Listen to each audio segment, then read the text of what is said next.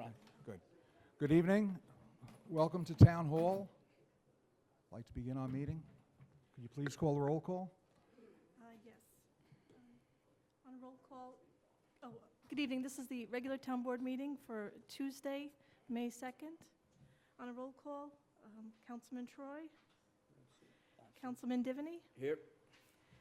Councilman Valentine, Here. Councilman Batari. Here. And Deputy Supervisor.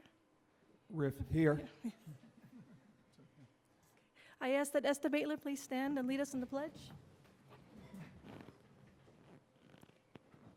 Pledge allegiance to the flag of the United States of America and to the republic for which it stands, one nation, under God, indivisible, with liberty and justice for all. This evening, Supervisor Stewart is meeting in New City with Ed Day, the rest of the county supervisors and mayors to deal with the issue of shared services. In terms of the deputy supervisor, I do not have a vote. I'm only here to conduct the meeting. I just wanted to make that clear up front. We have a couple special announcements. One is May 2017 is Building Safety Month. I don't know if John Giardello is here yet. We have a special certificate for him. It's also Mental Health Awareness Month, and we have Jacqueline Dreskler and your two associates. You want to come up, please?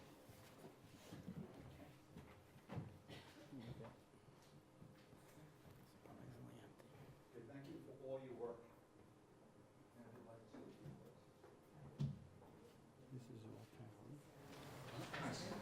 Hi. Thanks for coming to Town Hall. Thank you for coming to Town Hall. And if you'd like to say a few words about... NAMI? Okay. Thank you. Okay, well, I'm the president of NAMI. Rockland Jackie is secretary of the board this year. Rena was president for 35 years. For 30 years, sorry. We're 35 years old. And I have taken over for an interim period. So what NAMI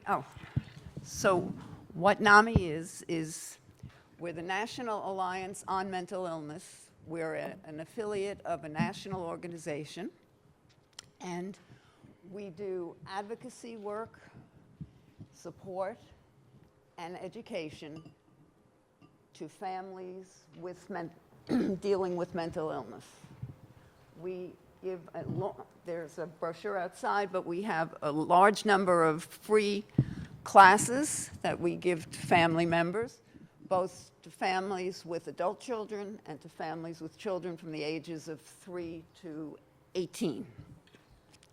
We have a helpline that operates every day from 10 to 3 o'clock, and we do a lot in the community to, I guess, raise awareness. Right now we're in the middle of a ribbon campaign.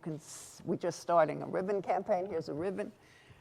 Orangetown was nice enough to display our signs outside. They say May is Mental Health Awareness Month, and our ribbons. And we're doing that in every town in Rockland County, at every village, in all of the libraries, in the high schools, in the middle schools, and some of the colleges. We're really very proud of what we do. We have a very small organization. We have one full-time staff person, and we have 3 part-time people who work.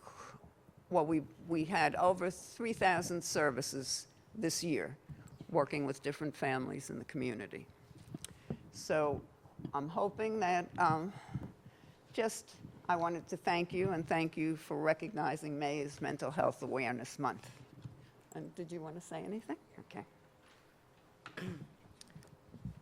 I'm Jackie Drexler, a former Palisadian Orangetown resident, although I live in Valley Cottage now.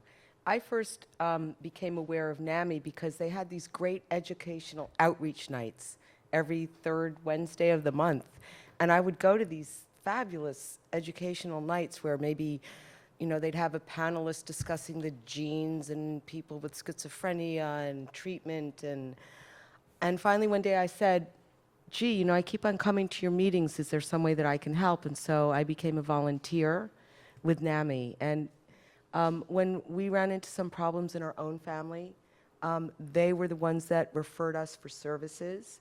And actually what I wanted to say, aside from the fact that they're maybe life-saving to many people, right now, because May is Mental Health Awareness Month, right now this year we're actually focusing on children and adolescents.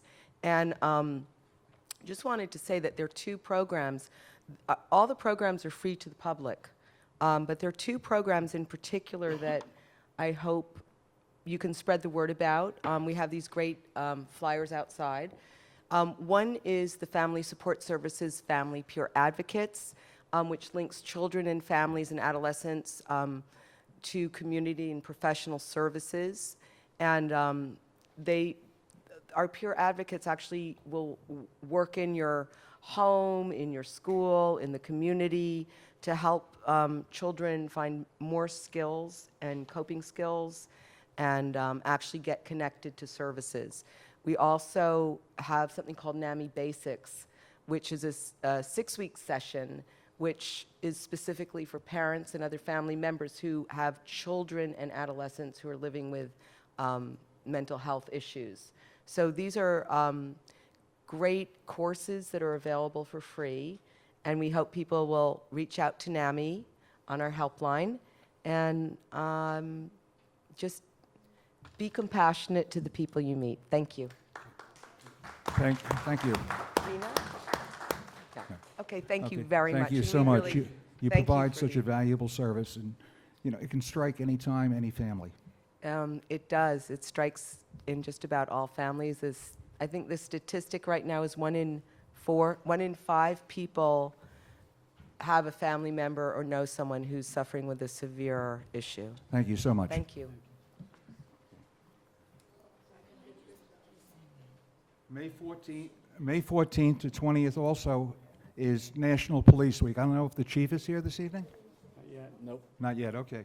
But the thing is that when you look at the statistics, they're absolutely incredible in terms of, we had 50,212 assaults against police officers in 2015, resulting in 14,281 injuries. It goes on and on and on. And the thing is that, very often you don't look at the numbers. You might just look at the TV, and you don't realize what a wonderful service that our police provide. And I think we're really blessed here in Orangetown with having a very professional force, and they've really done a great job. So anyway, Police Week will be May 14th through May 20th. Finally, we have Public Works Week. And I've known Jimmy Dean for, I guess, 35, 40 years. And I can honestly say that he's probably the best superintendent of highways in the state. And Jimmy, we're very proud of you. I'm proud to call you a friend. And May 21st to 27th is your month. You want to come up and tell us a bit about what you have planned?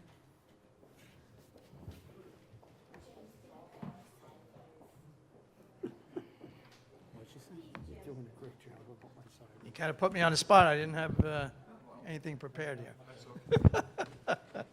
Thank you. Actually, we have our open house scheduled for Saturday, May 20th, from 10 a.m. till noontime. And basically, we invite everybody in Orangetown and even our neighbors to come in. We let the kids climb on the equipment, show some of the things, the services that we provide to the town, and it's usually a fun day, a good day. And we do that in conjunction with the National Public Works Week. Public Works is not just highway, it's sewer, parks, all the municipal works together. And we've been members of, Town of Orangetown has been members of the National Public Works Association and the New York Metropolitan Chapter for the last 35 years, I believe. At one time I was president, at one time Skip Vizzetti was president. Stefan Muno from Oris was just the most recent past president, and that's the Metropolitan New York, Westchester, Rockland, Orange, and Putnam counties. So it's a pretty good-sized organization. That's why we try to bring this together, our open house together, to recognize Public Works. We do appreciate the town has always been very supportive, and I think a lot of people don't realize that there are many functions going on in the town behind the scenes. Everybody doesn't get the same recognition that the police department does, that the highway department does, because we're out there on the roads. But if you didn't have a sewer department and your flusher doesn't work, you're really in trouble. And we have beautiful parks to go to. So there's many portions to Public Works, and thank you very much for recognizing this. Thank you for your service, Jim. Okay, also, it's Building Safety Month, and John Giardello is here, and John, I'd like you to come up and receive this recognition award for your department.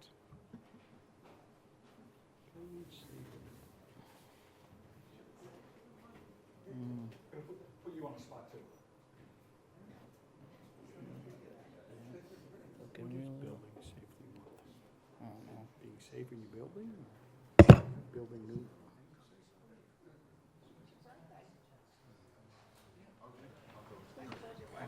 Thanks.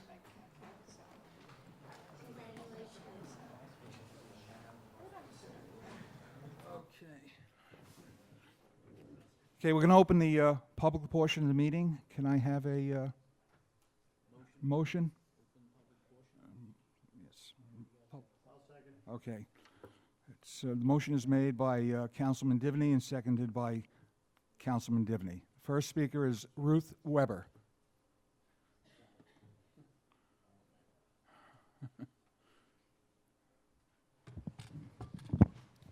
Good evening, gentlemen. I have a statement from the... What the hell?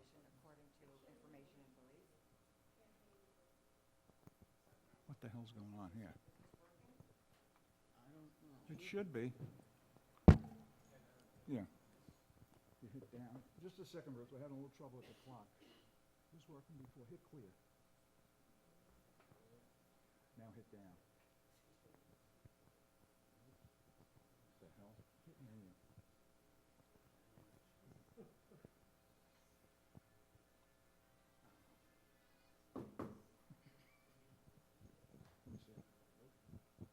It's not malfunctioning. Okay. I'm going to put you on the clock over here, Ruth. Ruth, we're gonna improvise here. We have to use a, Oh, is it all right? oh, is it? Okay, go ahead. All right. Good evening, gentlemen. I have a statement from the Upper Grandview Association, according to information and belief. It's too bad that Supervisor is not here because much of what we have to say pertains to him. The Freedom of Information Law, or FOIL, is a great, if imperfect, tool for taxpayers to learn how their hard-earned taxes and environment are used or abused by elected officials, who, after all, have the upper hand in cover-ups.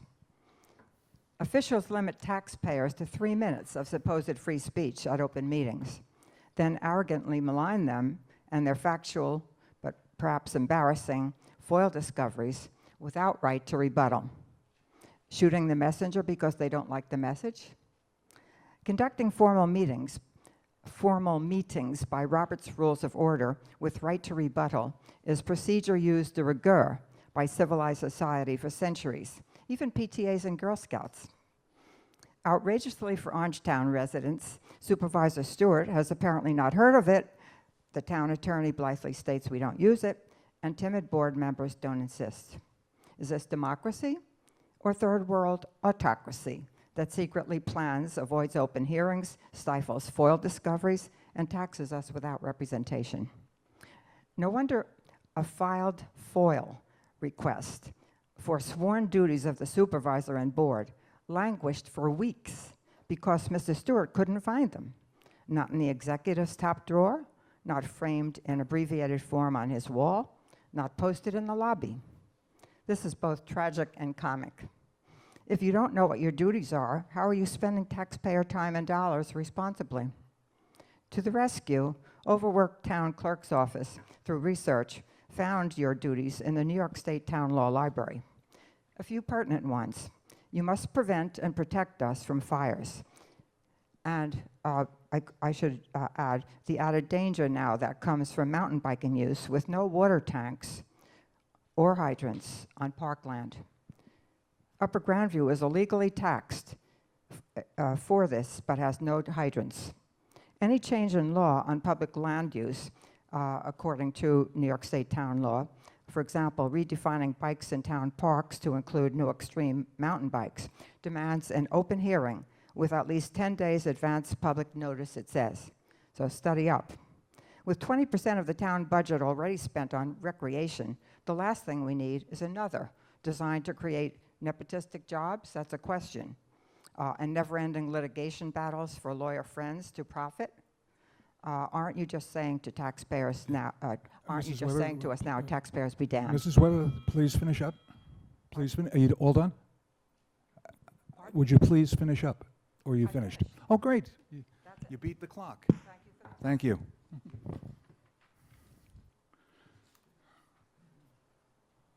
Doris Bauman, please.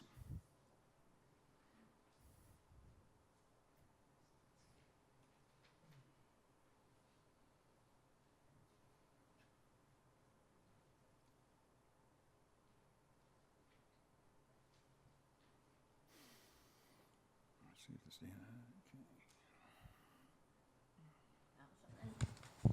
I want to talk about the mountain bikers too. Is that better? What the hell's going on here? Can you hold it? Good. Okay. I want to talk about the mountain bikers too. I hope you don't mind if I read it, because otherwise I'll forget some of the details. That's fine. The truth behind the age-old story of King Solomon and the baby has much in common with the current battle over Clausland Mountain. Two women asked King Solomon, known for his wisdom, to decide which of them was the rightful mother of a baby that each claimed as hers. After some thought, Solomon suggested cutting the baby in half to share. You remember that story?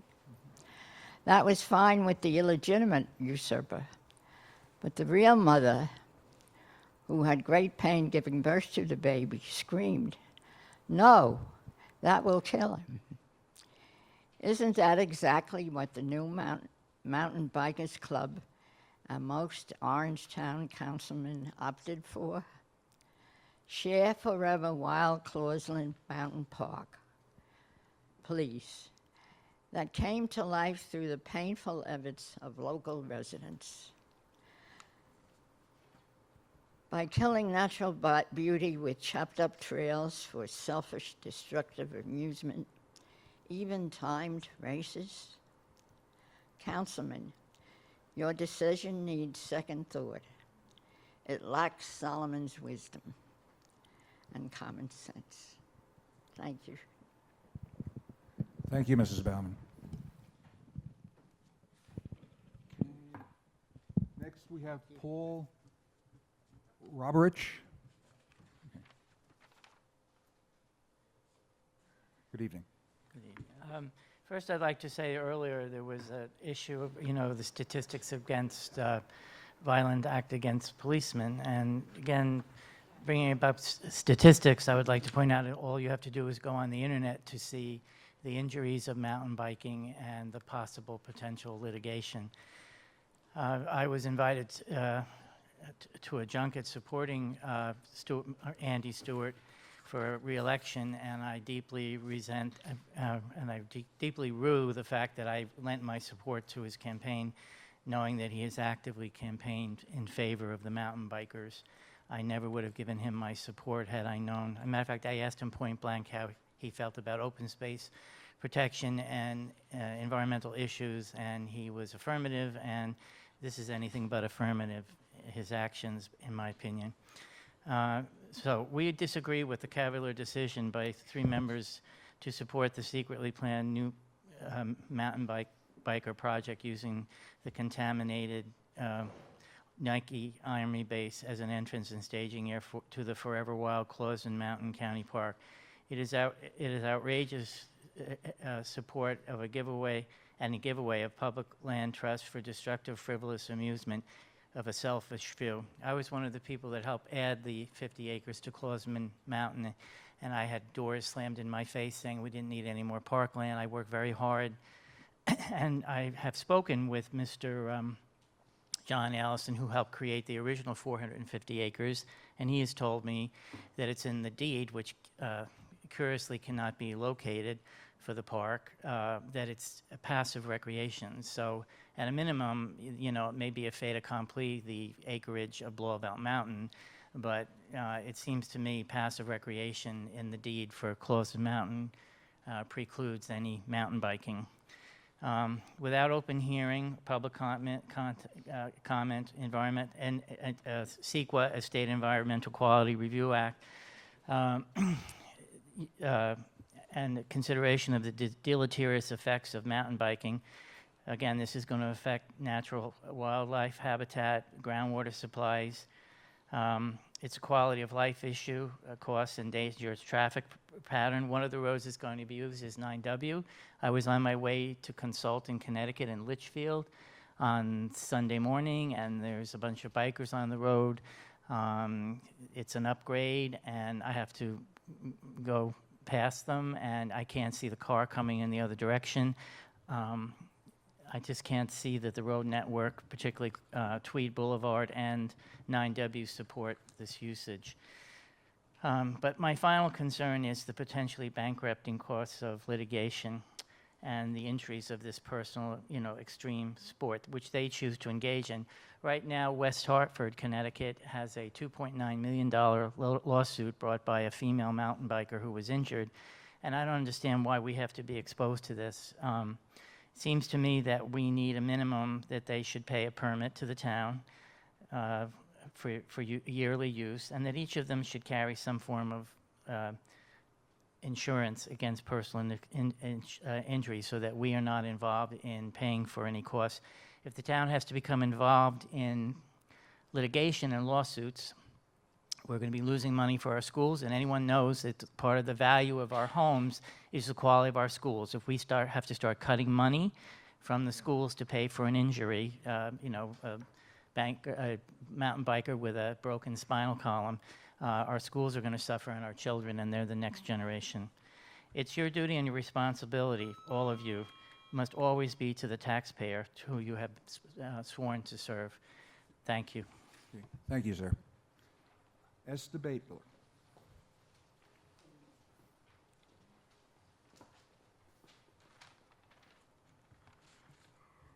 Good evening, Town Board. Good evening, Supervisor Stewart, Alan Riff, and John Edwards and Teresa Kenny. Number one, I just wanted to clarify, men, that people shouldn't be labeled with mental illness. It's not in good character. People should be known as people or with intellectual disabilities who are higher functioning. And I just think that it's really out of character to label anybody such as mental illnesses.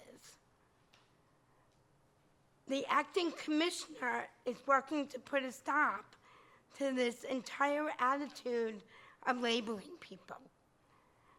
I also wanted to, tonight, I'm here to wish Dennis Troy a speedy recovery. I hope he stays well from now on.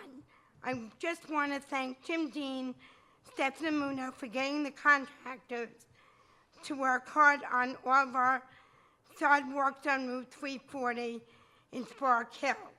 We have the best highway department. They deserve raises and salaries. Again, thank you, Jim Dean and Stefan. Thank you. Thank you, Esther. Allison Sullivan, please.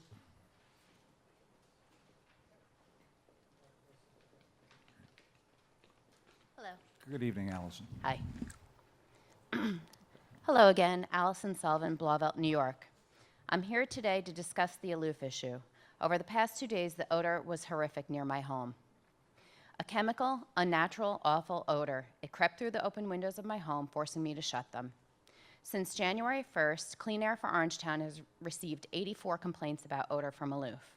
To say it is affecting the quality of our life is an understatement. Aloof continues to be in non-compliance with the town code on odors. Aloof continues to mislead the Orangetown residents by making claims that it is not them and they are in the clear. I received an email today from George Swikert from the DEC giving me an update on where they are with Aloof. Aloof is being made to make many updates and changes within their operations and building. Is the town waiting and allowing Aloof to continue to violate town code while Aloof is making these changes? How is this right? How do we have to continue to inhale God knows what until Aloof decides to take the correct measures and finally take care of the building and equipment they've been so careless and irresponsible with? I'm asking the town board to consider other options to protect the residents. How many chances does this company get? If Aloof is the gracious neighbor they claim to be, they would shut their doors, make the changes, and do the right thing. Thank you. Thank you, Allison. Michael Mandel? Yes. You know what it is? The batteries are low on this.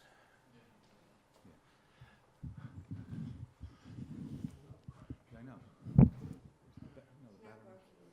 The batteries must be low. You could have left it. Okay. Good evening. For the record, my name is Michael Mandel, a resident of Pearl River, and Mr. Riff and members of the town board.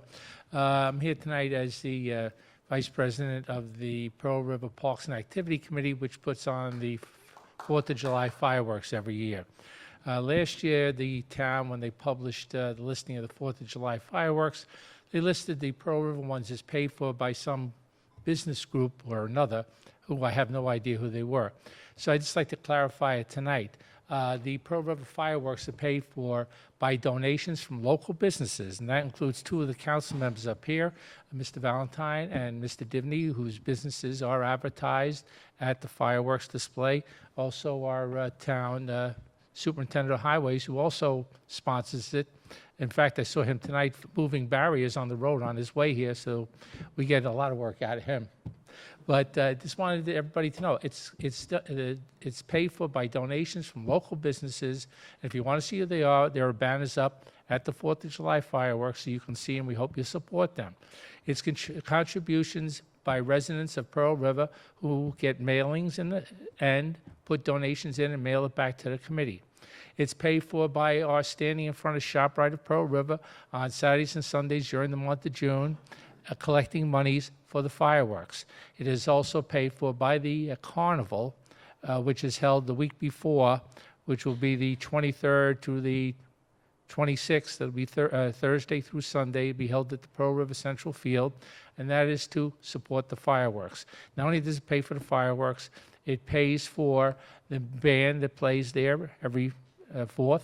It pays for the permits that we get. It pays for the water that we get from United Water. It pays for all these things. So this, that everybody knows, it is the town, the volunteers, and it is the people of Pearl River that put it on. We invite everybody to come and see it.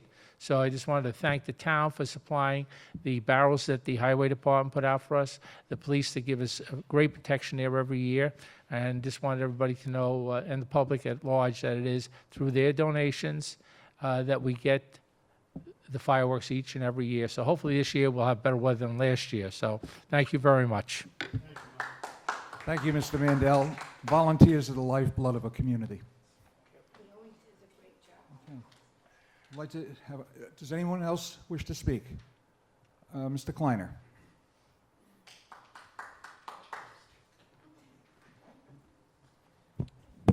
I don't want to get political in this setting, but I want to say, Alan, you look very distinguished sitting in the supervisor's chair, but don't get any ideas, just stick with your original plan. All right.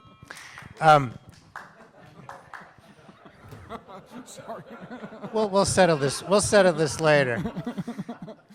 So, in talking to residents around the this neighborhood, one issue that has come up is the road conditions on Parkway Drive South. So maybe after the public portion is finished, I don't know if it's a highway or a DEME matter that has Parkway Drive South torn up for a period of time, but whatever it is, maybe that could be clarified, and then I can get some clarification to them. Thanks. Thank you, Tom. Okay. Does anyone else wish to speak? Okay. Eileen. Okay. Ms. Larkin? I just have a comment to make. I've been coming here for a number of years. Thank you, Alan, and you look very distinguished. Thank you. It's the white hair. No matter what post you hold, you always do it very well. Thank you. This map is absolutely fabulous to sit every Tuesday night and look at the artwork that's in this map. And it's the new and accurate map of the world. Can't figure out the dates because I'm half blind as it is anyway. But anyway, I hope if this building is renovated, that particular map will be saved.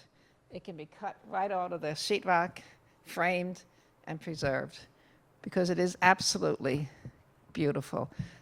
Earth, air, water is all represented on the map. The old world. The artwork is phenomenal. That's all I have to say. Have a good evening. Thank you, Eileen. Does anyone else wish to speak? Okay, Mr. Riley? Good evening. Good evening. James K. Riley, Pearl River. I'm really here to speak about the application on the moratorium, but there was another point which I had observed and thought should come before this board.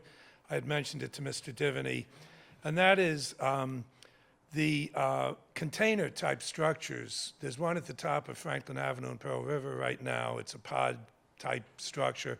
Obviously, somebody is moving in, moving out, or storing something in the container. But that property, that particular property, there's room in the backyard, I believe, for that pod to be in the backyard. I'm not sure how long it will be in the front yard, but it's a little inappropriate in a residential area. If there is room to take it out of the view shed, the street view shed, it would be appropriate to do so. And I think the town board, among other things, should explore containers and their presence in the community. Take pharmacy, which we have in Pearl River, in central part of Pearl River on Middletown Road. It has a 44-foot by, I believe it's 10-foot container, basically parked there permanently on concrete cinder blocks and concrete struts. It's not moving. I should take my law office and put a container out back and put my law library in there. Not pay taxes, square footage being utilized on a permanent basis by that merchant, not paying taxes. So they have more square footage than others in the community, and it's just not appropriate, and it's an eyesore. Beautiful amount of work went into that building with the Community Architectural Review Board, and to just permanently drop a shipping container 40 foot long, as big as they get, behind it and leave it there is not appropriate, and it should be explored. Thank you very much. Thank you, Mr. Riley. Okay. Does anyone else wish to speak? Okay. Yes, a motion to close the public comment? Okay. Motion by Mr. Valentine, seconded by Mr. Divany. Okay. At 8:10, we have a, in 5 minutes, we have a, we've got a few minutes. What should I do, jump ahead?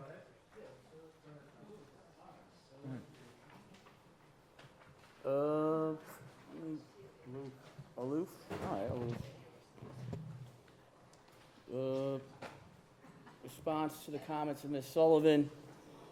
It is frustrating, and no one is saying aloof is a good neighbor. No one's saying they're gracious. I actually think they're a bad neighbor. But, you know, through this whole process, you learn what the town can and cannot do. They're in front of the ZBA for performance standards. So during that period, any action in the town court is stayed. That's New York State law. We can't issue fines for the weekly period that they aren't up to compliance. That's stayed. You really can't do anything until the matter in front of the ZBA is settled. But at the end of the day, I want the smell issue to go away. I want them to be compliant. And the only way, and we met, myself and Andy and the town attorneys, we met with Aloof today. They have attested that they're in compliance with the plan the DEC came up with, that they've spent a number of dollars, I don't know how much, but the only way that I think the smells are going to go away is that if they get the, and this is probably not going to be a popular thing to say, but if the performance standards are approved, so they actually can do the construction to fix what needs to be fixed, we'll know within 6 weeks whether that's true or not. It's either going to smell or it's not going to smell. And that's the only way this is going to get resolved. Because they're in compliance with what the DEC said they had to do. They have a number of reports that say they are in compliance with town standards. So, again, I don't think they're a great neighbor. I think they're a horrible neighbor. But, and I think everyone agrees with that. But the most important thing is to get rid of this smell. And to do that, or for us to move forward with other actions, the performance standards have to be approved so they can do these improvements, which they're going to have a testing to the fact that this is going to put us in a lot better position with them, because they're talking about filtration systems and dealing with the air that stays in the building after they shut down, and that somehow seeps through the building, and that's some of what's being released into the air. They want to deal with these issues, but until the performance standards are approved, we're not going to move forward. And I'm not saying that, they're putting this forth, and I'm praying that they're right and it's going to work. I don't know if that's going to happen, but I won't know that until they actually can implement it and spend millions and millions of dollars and hopefully resolve it. And that's where we are with Aloof. And once that's done, then we can go back in the court, and we have all those 84 complaints, and we can go after them for those complaints that have been registered. I talked to Dennis Michaels about that after I received your email. And we'll go after them for every complaint, and we'll try to find them as much as we can. But that's after, hopefully, it's resolved, and I don't have to have Allison, you emailing me, because hopefully there won't be an issue. And I think that's what myself, Paul, Jerry, Andy, and Dennis want. We want it to be resolved.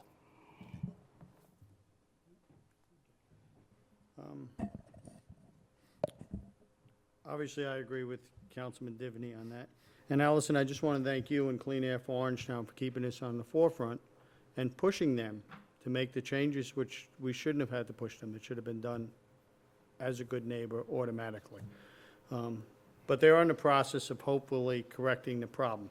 And there are many factories down there, and we have already agreed to have a longer test on more than just what's in the air, or the one that we had done, which was too short, but a several-month test to make sure that not only they're in compliance, but the ambient air around there is safe for our residents. I'm one of those residents, as well as you, and it's in both our best interest to make sure that Aloof and all the surrounding factories around them are safe for us. Mike, thank you very much.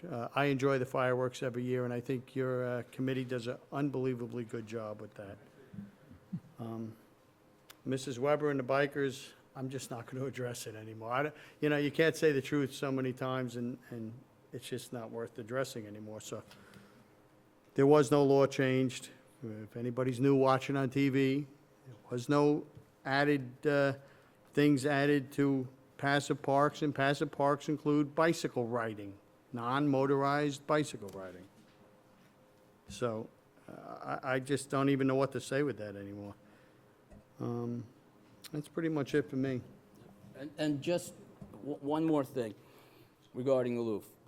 The public health engineer is being voted on tonight. We've got that approved from the county, so that's one step in the right direction. And Paul did note that I've been going back and forth with the town attorneys. We have an agreement that we're trying to get finalized with TRC regarding scope of work, price for that service, and it's been circulated between myself, John Edwards, Joe Moran, and that will be finalized, and we can have them come in. But, I mean, to me, like, the ultimate would be to have them come in 6 weeks while they're they haven't done the work, and then 6 weeks after the work has been done, so then you can really show if anything's changed since they've done it. But that's just, my opinion. I'm not going to repeat everything they said. I agree. I'm a Blauvelt resident. My son is a Blauvelt resident up the block from me. It's a concern to everybody. I think Tom spoke with them today. He called me. The 6 weeks, although I don't think anybody wants to hear it, I think that the 6 weeks will give us a definitive answer. So in terms of that, I guess we really don't have much of a choice. The bicycle, I'm not even going to touch. Mike, again, I enjoy the fireworks much more now that I'm not working than when I was. But it's a wonderful, tell you, it's a great community day. Jim, just recently, I got a complaint on Yale Terrace of the containers in the backyard of a local residence there. John is taking care of that, and I agree with you. Maybe, John, we can take a look at that container that's behind the drugstore there. But I do agree, for some of these containers now, if you're moving out, you have a period of time to take care of them, but there's no place for those containers to stay in the yard. Okay, there's plenty of places you can store stuff around. Thank you. Thank you. Okay, it's 8:10, and we're going to begin the public hearing now. The purpose of the public hearing is to consider a local law adopting a temporary moratorium on the construction or installation of new or the expansion of existing telecommunications facilities and structures. The current law that we have in place was instituted in 1997, and I think all you have to do is look at your cell phone and how it evolved from 1997 till today. So what we're trying to do is bring our code in sync with current technology. I'd like a motion to open the public hearing. Moved. Okay, moved by Mr. Divany, second by Mr. Batari. We have one speaker tonight. It's Donald Brenner. Mr. Brenner, would you like to address? Yes. We'll call you next. We'll call you, Jim. What did he say?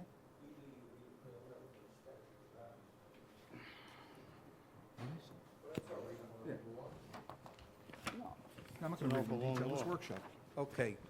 The reason I'm here for it tonight, over 3/4 of a year ago, one of my clients filed an application to install an antenna on a piece of property on Blaisdell Road. Application was put into the building department, which lodged fees. Planning board application was made again with large fees.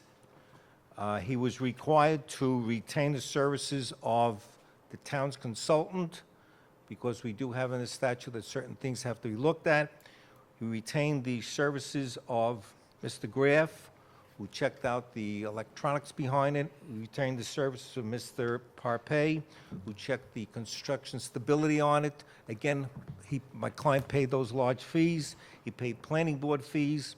We're now going before the planning board, because the planning board would not take action on it next week, based on the fact that we had to get all these engineering reports, they had to get all these approvals. This antenna is located about a half a mile from any Orangetown residential area. It's in a commercial area, and I think he should be grandfathered in based on the fact he's not near a residential area. He's paid a substantial amount of money. He has had to go through all these studies. He's gone through every study that the town has required him to do. There are no adverse effects to this antenna, and I am requesting that he be grandfathered based on the fact that he's done all this work, and he's over 3/4 of a year. He's followed every regulation the town have, and to put a moratorium on him for another half a year, I think is not fair. I think he should be grandfathered in. I have nothing against the statute in a residential area. I agree with it, but I don't think this is going to bother anybody, and I think he's met all town standards under the existing code. Mr. Riley?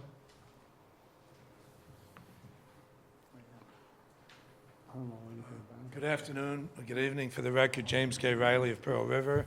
I'm here tonight to speak in favor of this proposed local law, which would grant a moratorium on cellular antennas. It's appropriate and necessary. Not for bragging rights, I was town attorney in 1997. That's basically ancient archaeological history, 20 years ago, and it's certainly appropriate at this time to review the law.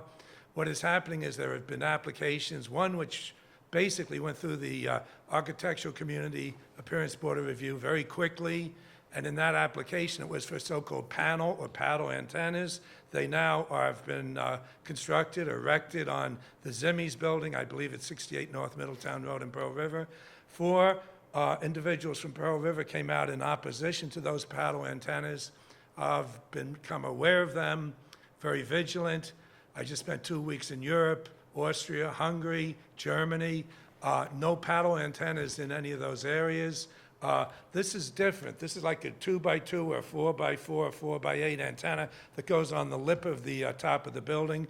They certainly should not be on one-story buildings, which for all intents and purposes Zimmy's is. 4 community residents of Pearl River, Carl Ackerman, a local, an architect, picked up that that application was pending in the ACABOR. He called me. Carl and I both tried to resist the approval of that application. We didn't feel it's aesthetically appropriate, even though it is a commercial zone. Heather Hurley did come in and try to argue against the approval, and Christopher Dunnigan, 4 community residents of Pearl River. We all argued that no matter what part of Orangetown we're in, this is not, without some control, an appropriate use. Now, we understand the technology is changing. There still should be co-location. There should be an enhanced duty to show that there's no other location available. This is a good law and certainly should be considered certainly necessary. Aesthetically, we do have aesthetics in our commercial zones, not just our residential zones. And there is a continuing concern, if we don't do this, the community could quickly become blighted with these things on every exterior of every commercial, because they're going to become more and more common. I looked at the federal courts tonight. The federal courts aren't lying down and granting the cellular phone companies everything they want. Cellular phone challenges to municipal applications and municipal zoning are being upheld in the federal courts if they're properly grounded. And this community and your board and your advisors are certainly capable of doing that. So I urge that this moratorium be placed in place, that it be accepted and instituted. It is necessary. I know of one paddle antenna, and it's in Clarkstown on 304 at the old Green and Roth building. There's one there going up 304, fairly commercialized area. But my concern is perhaps that's a 2-story building. So perhaps it should be on 2- and 3-story buildings where it's less visible than on 1st-story buildings. Screening should also be reviewed, and a perfunctory application by the cell phone companies or its attorneys that there's no other place to put this particular use should not be accepted without more intensive background. The one federal case which I saw tonight, they said that calls might be dropped. That's why they wanted additional antenna, and the federal court said the fact that you say, quote, calls might be dropped is not sufficient. You have to prove that calls will be dropped under that particular decision. Finally, I do have a few minor concerns with regard to Section 5, existing applications. It would appear to say the moratorium implemented shall not apply to otherwise covered building permits or other approvals, applications. I would respectfully submit that the word "of" probably was dropped. Approvals of applications, because if we just say approvals and applications, Mr. Grenner's client is going to be entitled to continue. I also believe that the law of zoning and planning is not that an individual who has received preliminary approval is vested, nor is somebody who has received final approval vested, I believe, under the law, until a certificate of occupancy, until there's been substantial construction instituted. I know that Mr. Edwards was involved in one of the early seminal cases on those issues, but I still believe it should be, the "of" word should be inserted there, approvals of applications, and there's another word, of this local law which have been closed out. I would say which have not been closed out doesn't seem to be appropriate. I think the intention is that applications which have been approved are closed out by the issuance of a CO, which have not been closed out means that you don't have the CO yet, but you can still keep going forward. But I urge you to continue this exploration. I'm very thankful that you've responded to this. The law was too weak for us to prevent the paddle antennas from being installed or approved by the ACABOR and installed on Zimmies, so we have to stop this before it becomes a greater concern, and thank you very much. Thank you, Mr. Riley. Okay, does anybody else wish to speak on this matter? I believe you can only speak once, Donald. No, no, no. No, can't do that, Donald. No, it's an open, there's a public hearing, Public hearing, but you've already spoken. but something was brought up, this is not a paddle antenna. John, does he have a right to speak again? About paddle antennas, this is not a paddle antenna. Okay. I'm sorry, Mr. Brenner. The law doesn't pertain solely to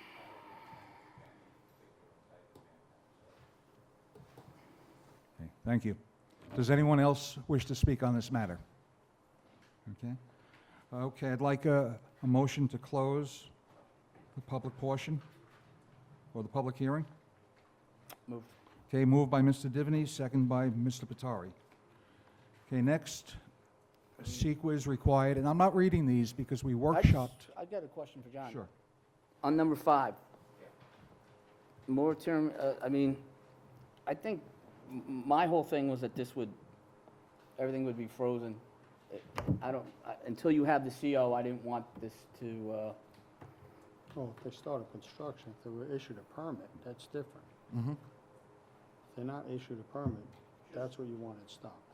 Two things responding, I think, to what Jim had said.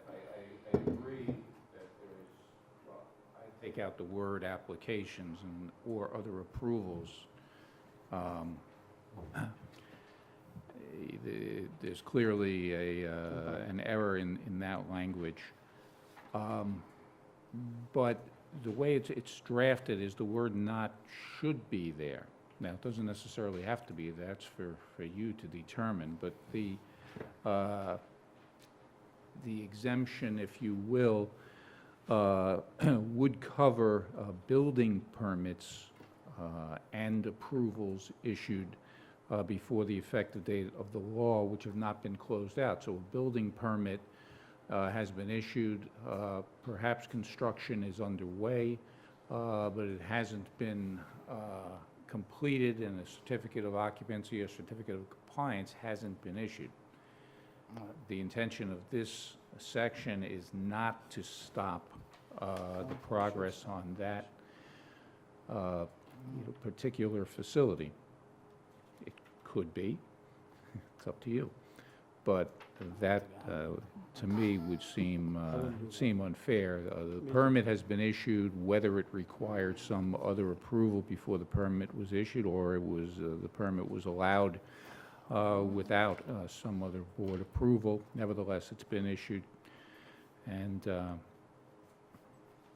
the intent of that section is to allow that to continue. no, there could only be one. Yeah, that's the point, that's the issue.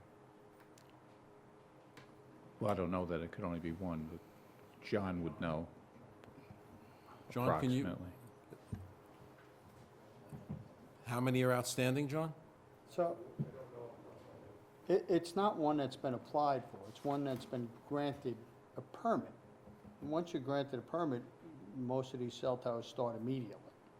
So, once they invested money, if you think you're gonna stop them for 6 months and not get a lawsuit, I think you're What's a little naive, What's I the don't deal care. with Zimmy's? Zimmy's is done, as far as I know. It was 4 antennas, 4 paddle antennas. What's the situation with CBS? Dunkin' Donuts? I don't think they've been issued. All right. All right. Rick? Yep. Okay. As part of the change, we require secret, so I'd like a motion. I'm not reading all of these things because they've been workshopped, and it's just much quicker to move things along.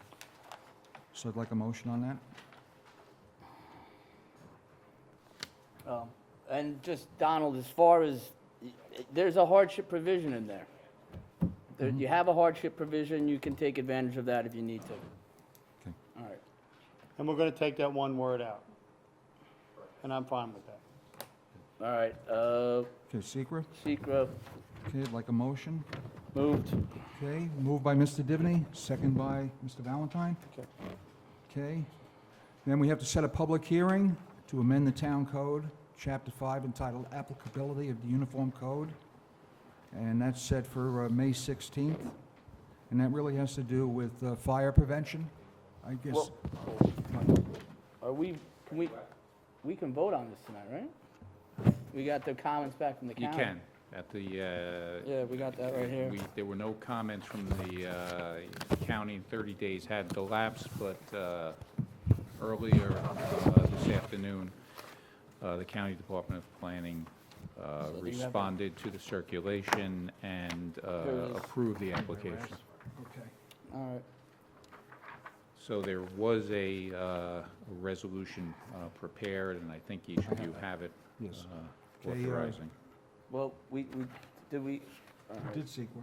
Secret, we're the lead agency, right? With lead agency. Well, just, I mean, if, the resolution says that it's a type 2 action, and it clearly is, which means that no further action under seeker is required. However, sometimes, even on type 2 actions, we say sort of a cautionary resolution, that even if it were an unlisted action, the board concludes that it would not have a significant adverse environmental impact. It's up to you, but it's a type 2 action, meaning it's exempt from seeker, which is what the resolution says that All right. you adopted. Okay, so then we'll adopt. So you don't need a lead agency. Okay, I'd like a motion to adopt the proposed local law implementing temporary moratorium on relating to telecommunication facilities and structures. Move. Moved by Mr. Divney, second by Mr. Patari. All right. Okay.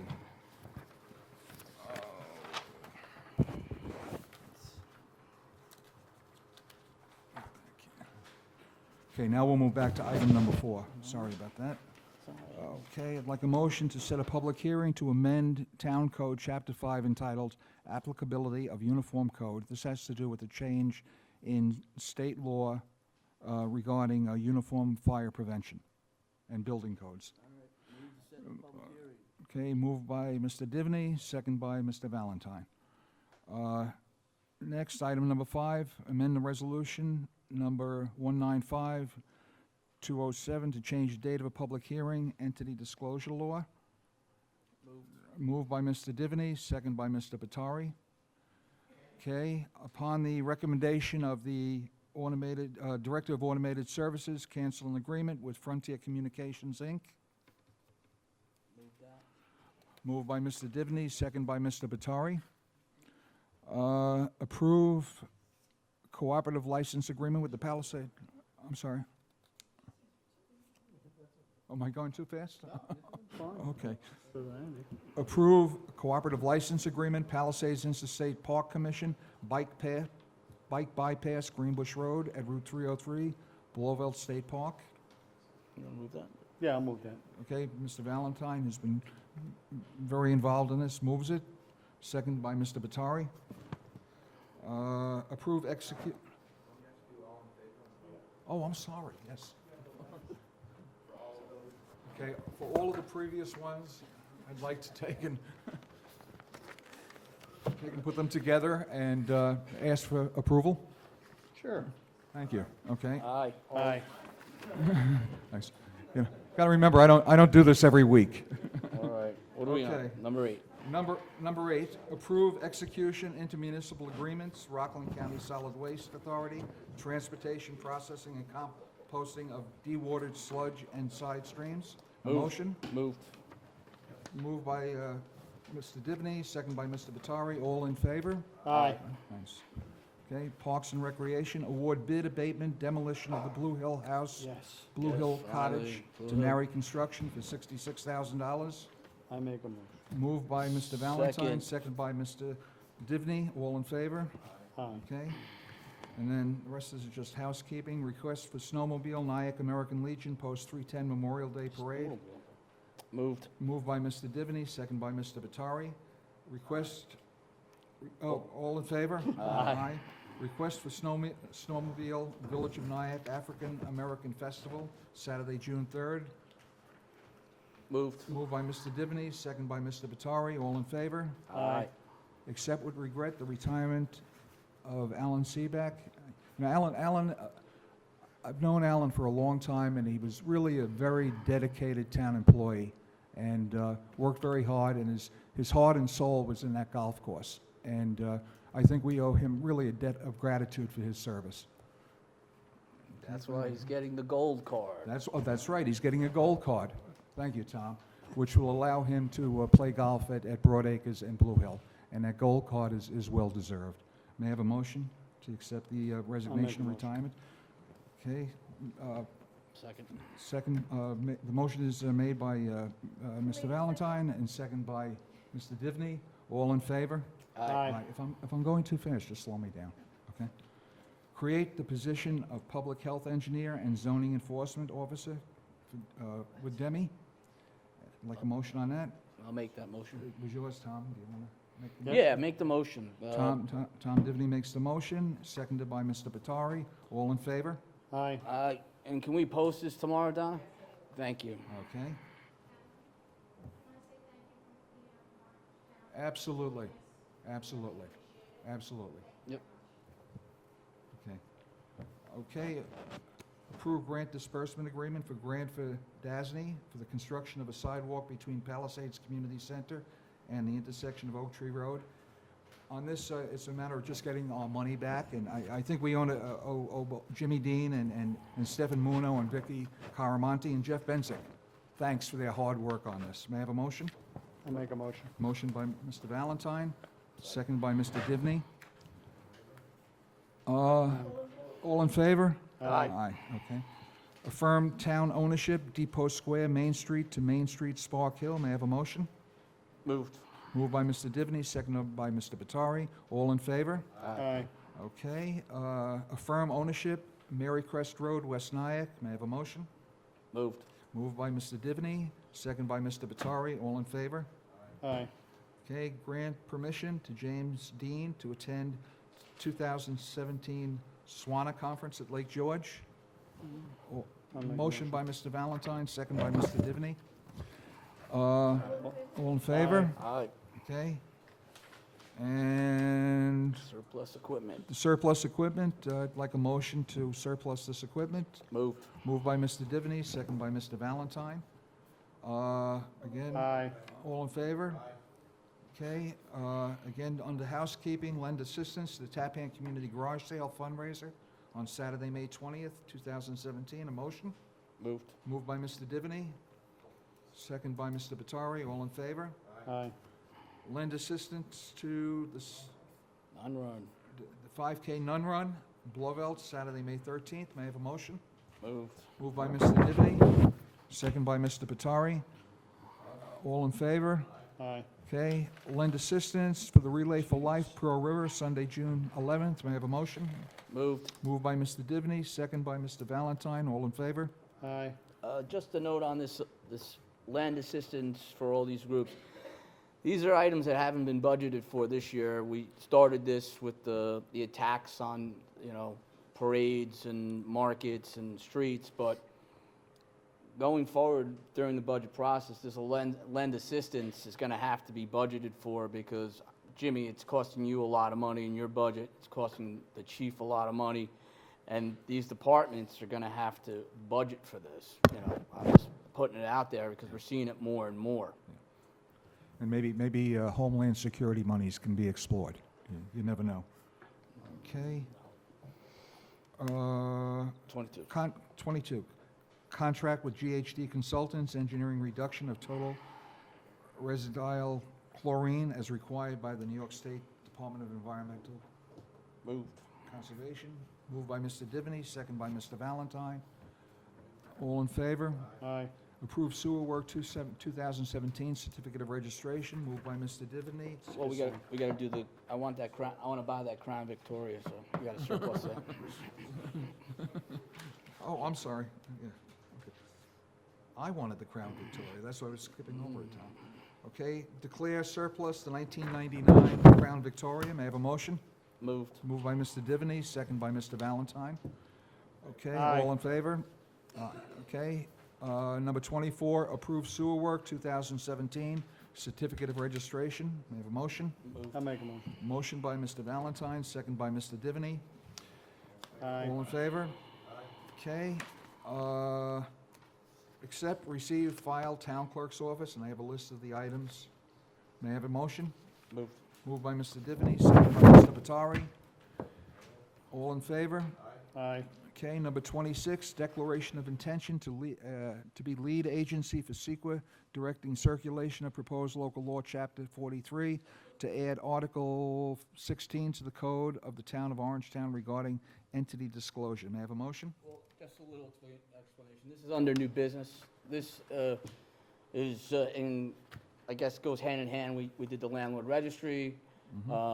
We want to have a entity disclosure, so when LLCs come into town, we know who the officers are, and they would have to disclose that if they go in front of our land use boards. And it's just so there's no conflicts, and you're going to be issued a permit or you're asking the town for action, we need to have your information for safety purposes. If you have a permit and something happens, more importantly, you know, Jerry and I were discussing right across from the ice cream shop. They had this huge work area that wasn't fenced in. It was they had live wires.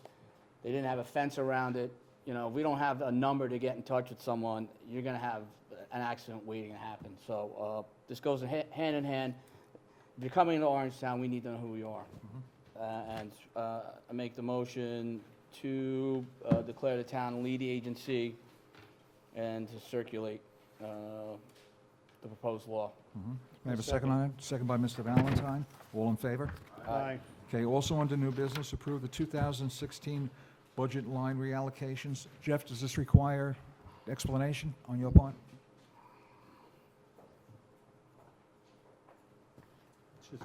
This is the same thing we do every year that our auditors, when we budget for a certain line, we put everything that we actually spend actually in there. And so we have to adjust our budget numbers so that there's money in there to pay for it. So some budget lines will be over, some budget lines will be under. This is the list of all those that are required. And just so the board knows, preliminarily, we we increased our fund balance about $200,000 again this year, even with the fund balance that was used. So don't think of this as a negative thing. This is just by state law, we have to increase our adjusted budget in those lines so that it can be paid for the actual expenses incurred in those lines. Okay. Just stay there for a second, Jeff. Moved by Mr. Divney, second by Mr. Valentine. All in favor? Aye. Okay, on item 28, Jeff, could you also Yeah, explain that? items 28 and 29 are in relation to the capital improvements at the two golf courses, which Applied Golf talked to the board about last week. Okay, thank you, Jeff. Can I have a motion on both 28 and 29? I'll make that. Paul Valentine makes the motion. Tom Divney seconds it. All in favor? Aye. Okay, and then the audit, Jeff?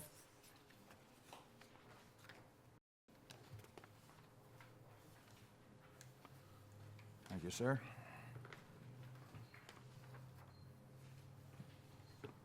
Do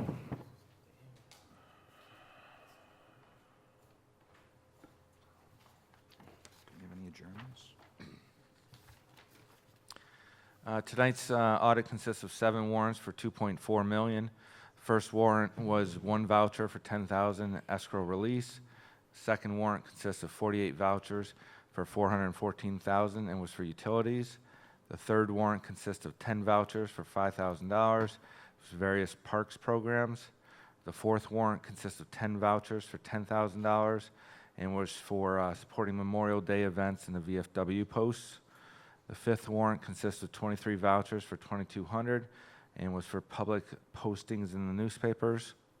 The sixth warrant consists of 11 vouchers for $831,000, was for insurance renewals, utilities, and miscellaneous items. And the seventh warrant consists of 312 vouchers for $1.2 million. Following items of interest: number 1, Atlantic Salt, $62,000 for highway salt purchases. Number 4, CSEA employee benefits, $27,000 for dental benefits. Number 6, ESC Environmental, $13,000 for sewer chemicals. Number 12, New York State Department of Civil Service, $683,000 for CSEA health insurance. Number 14, Reed Systems, $21,000 for snow removal chemicals. Number 16, Sprague, $17,000 for highway diesel fuel. Number 17, the Comptroller, $36,000 for justice fines. And number 18, Van Bortle Ford, $30,000 for a police vehicle. Any questions on the audit? Nope. Move down the audit.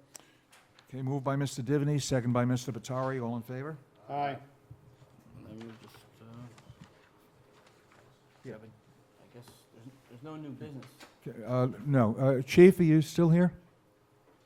Still not, whatever. Hi, Chief. We have a special certificate for you for proclamation for National Police Week, May 14th to the 20th, and we just want to thank you and your department for your dedication. Okay, thank you. Thank you, sir. Chief, thank you. Okay. We'll hang out by the monument. Okay, thank you. All right, we're not gonna have exec session tonight, right? I don't think we should. All right, so we'll do the adjournments. Adjournments. David Alexander, 43, formerly of Pearl River, and Martin Seresnick, 38 of Pearl River. Marty Seresnick, 38. Sad. He was in great shape. You know, he had bad genes. His father died of a heart attack at 44. He's married to Laureen O'Keefe, who I've known for 15 years. You know, 2 young kids. You know, Marty volunteered with lacrosse. He coached soccer. He was a really good guy. And, you know, 38. It's just it's so sad. And in memory of Joseph David Alexander and Martin Seresnick, we're going to adjourn tonight's meeting. Okay. I have a motion. Paul Valentine makes a motion, second by Jerry Batari. Thank you all for coming. Have a good evening.